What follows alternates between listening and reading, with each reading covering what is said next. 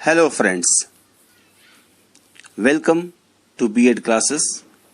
आज का हमारा डिस्कशन टॉपिक है gender, sex and stereotyped gender. Friends, हमारा डिस्कशन होगा एजुकेशनल पॉइंट ऑफ व्यू से और sociological educational point of view से। देखिए, सोसाइटी में बहुत से नीड्स होते हैं और इस ह्यूमन सोसाइटी में हमारे पास दो एंटिटीज हैं, एक मेन और एक वीमेन। ये दोनों एंटिटीज के पास जो रोल्स होते हैं सोशल नीड्स को पूरे करने के लिए, ये रोल्स कहलाते हैं जेंडर। और अपने आप में ये जो मेन और वुमेन है, ये हैं सेक्स। हमको हमेशा जो है ये दिमाग में नहीं रखना है कि जेंडर गलत है या कि जेंडर सही है, सेक्स सही है या सेक्स गलत है। हमको इसको समझना है। हम देखते हैं जेंडर क्या है। जेंडर को जो है हम कह सकते हैं कि एक सोशलॉजिकल फैक्ट है, सामाजिक तथ्य है। दूसरा कल्चरल फैक्ट है या कल्चरल फीचर है।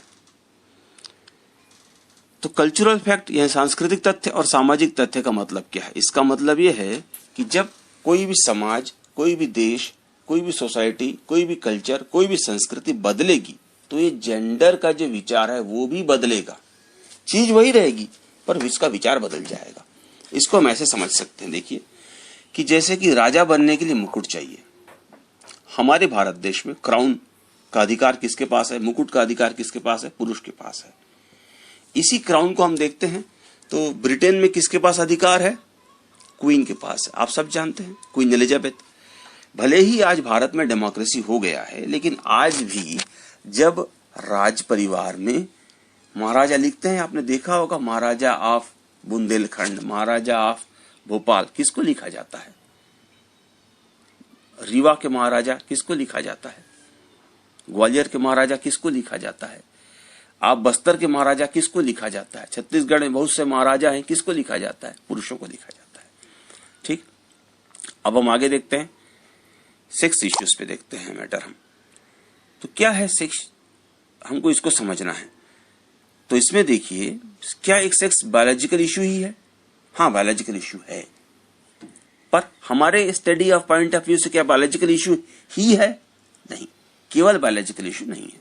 सेक्स एक बायोलॉजिकल फिनोमेना है, बिल्कुल सही, क्योंकि पर्टिकुलर ऑर्गन के साथ एक जो मेन या वुमेन जो डेवलप होता है, बर्थ होता है, फिर डेवलप होता है।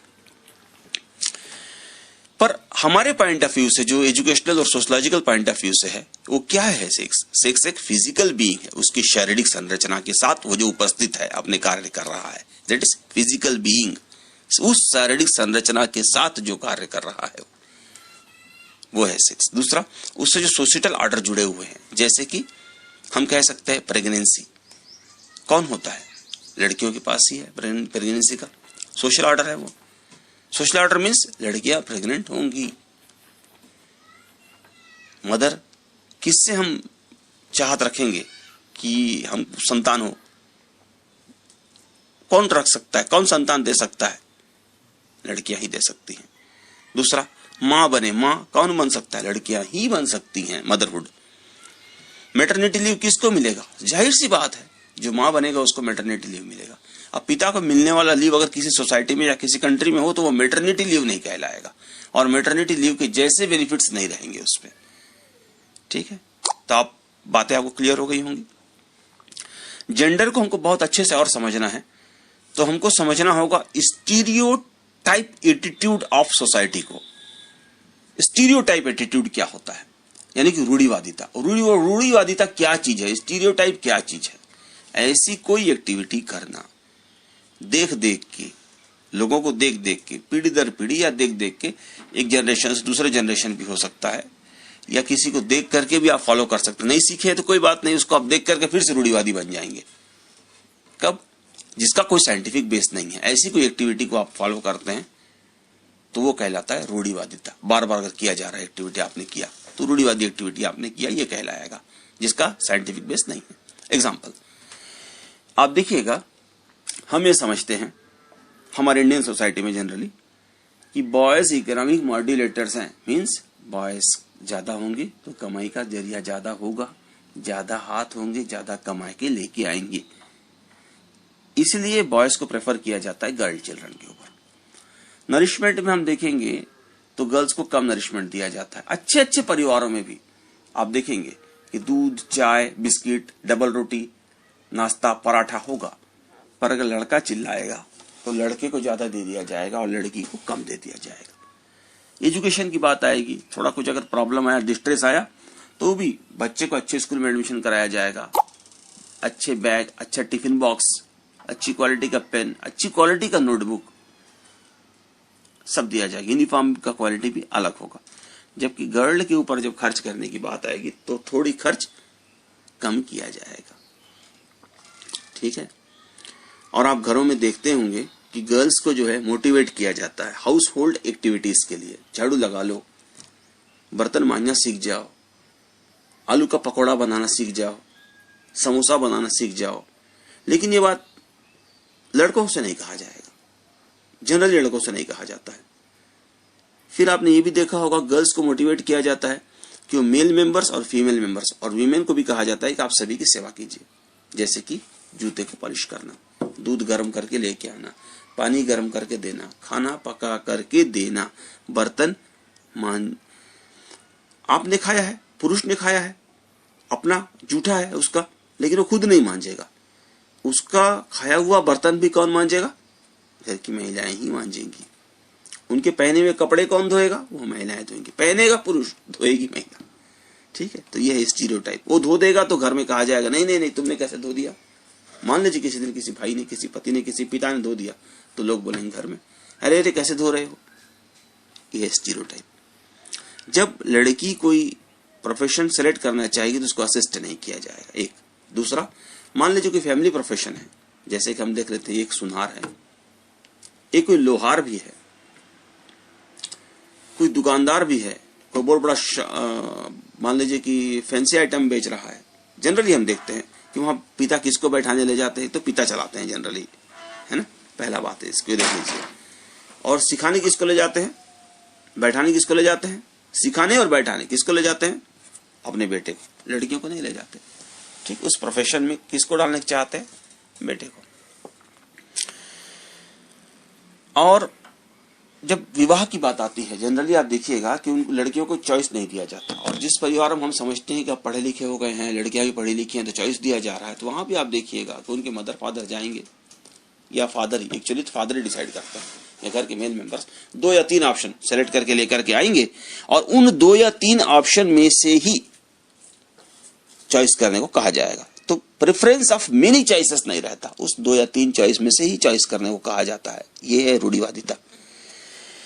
गर्ल्स को छोटी बच्ची जब रहती है, जब वो बहन बनती है, जब वो पत्नी रहती है, जब माँ रहती है, जब वो घर की वृद्ध औरत रहती है, सभी अवस्थाओं में उनको पुरुषों के सुरक्षा कवच के दायरे में रखा जाता है। Safe control of male members.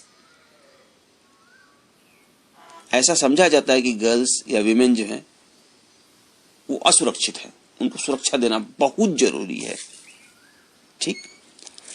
अब हम ये देखते हैं कि जो प्रायोरिटी रहता है डिसीजन में भी, वो भी नहीं मिलता। जैसे कि घर में कार्यक्रम करना है, शादी ही करना है, मान लो घर में एक शादी हो रही है, तो कुछ सामान खरीदना है, खाना ऐसे बनाने हैं और मेहमानों को इस तरह से बुलाना है, तो वहां भी प्रेफरेंसेस हम देखते हैं कि कौन डिसाइड करता है? पुरुष डिसाइड करता है, मेल मेंबर डिसाइड करता है। बहुत सारे रिचुअल्स हम देखेंगे, उपवास, पूजा पाठ, ये किसको करने को कहा जाता है? विमेन को। किसके लिए करो? पति के लिए करो। किसके लिए करो? बेटे की सुरक्षा के लिए करो। बेटे की नौकरी लग जाएगी, करो।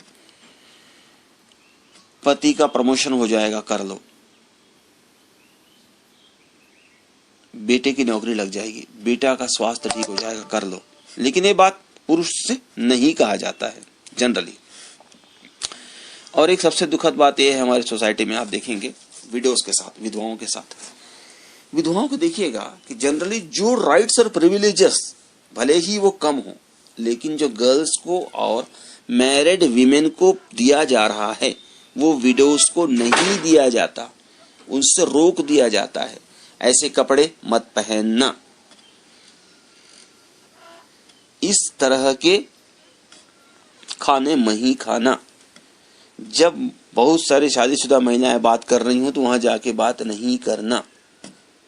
ज्यादा मेहमान आए हुए रहते हैं जब, और जब कोई मंगल कार्य हो रहा होता है तो वीडियोस को सामने नहीं आना चाहिए। इस तरह की बातें जो रहती हैं ये स्टीरियोटाइप्ड जेंडर बिहेवियर है जिसका कोई साइंटिफिक बेस नहीं है। डिसीजन करने का पूरा अधिकार जनरली मेल मेंबर्स के हाथों में होता है। अब मेल मेंबर को मेल कैसे बनाया जाता है, ये भी एक स्टीरियोटाइप बिहेवियर है। कैसे मेल बनाया जाता है? उनको कहा जाता है कि तुम रो नहीं सकते। अब अगर मान लेते हैं कोई मेल मेंबर बेचारा समझ गया स्थिति को, परिस्थिति को, और सहायता करने जा रहा है, किसी कपड़े धोने भी जा रहा है, तो उसको रोक दिया जाएगा। और अगर उसको दुख लगेगा, रोना भी चाहेगा तो रो नहीं सकता।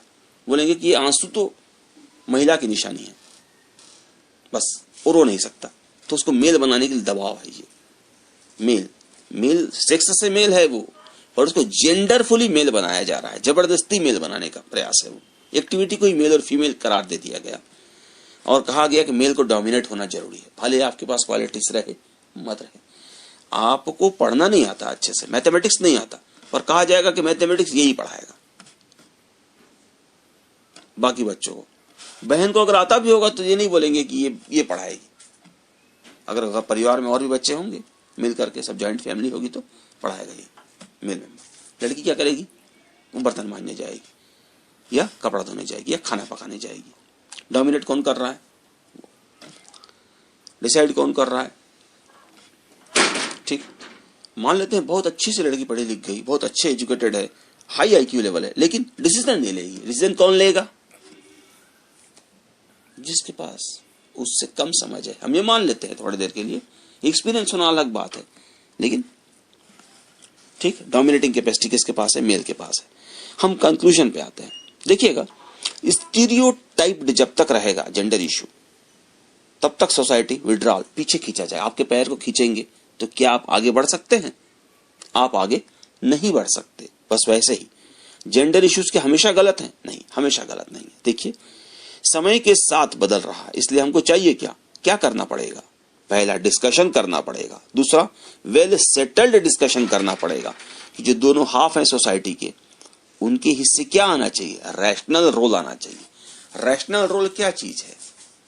देखिए, जेंडर पूरा का पूरा गलत है, ये कहना गलत है। क्यों? समय के साथ जो डेवलपमेंट है, जो आवश्यकता है, उसके अनुसार जेंडर को स्पेसिफाई कीजिए, डिफाइन कीजिए। फॉर एग्जाम्पल, पहले जंगल थे, वाकई में महिलाओं को सुरक्षा की जरूरत पड़ती थी होगी, इसीलिए सुरक्षा देने की बात कही गई। अब वैसी स्थिति नहीं रही। अब बहुत सारी कम्युनिटी बढ़ गए, शहर बन गए, डेवलप हो गए, अब जंगली जानवर कम हो गए, लोग भी समझदार हो गए धीरे धीरे। तो क्या वैसे पूरा का पूरा सुरक्षा दबाव रखना जरूरी है? नहीं। एक समय था, होगा, आज से हजारों वर्ष पहले। तो समय के साथ बदलते हैं, इसीलिए आप ये नहीं कह सकते पूरा का पूरा कि ये गलत था। हाँ, ये कह सकते हैं गलत है, इसलिए डिस्कशन किया जाना चाहिए। उससे हम दौड़ेंगे भागेंगे तो नहीं होगा, डिस्कशन किया जाना चाहिए अभी के परिप्रेक्ष्य में क्या गलत है।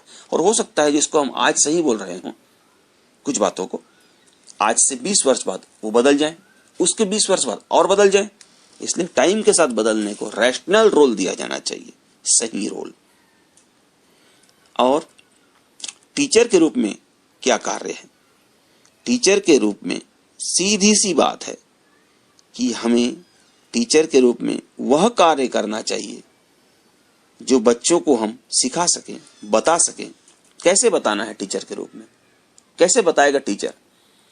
अवेयर करेगा। कैसे अवेयर करेगा? प्लान्ड एजुकेशन के थ्रू अवेयर करेगा। Planned education, there should be a very planned education कि भाई किस तरीके से हम किस एज में कैसा प्लानिंग करना है, कैसे समझाना है, कैसे पढ़ाना है। एक well through out chart curriculum होगा और इस तरह से हेल्प किया जाएगा। Okay, thank you friends. Subscribe कीजिएगा, शेयर कीजिएगा। Thank you very much.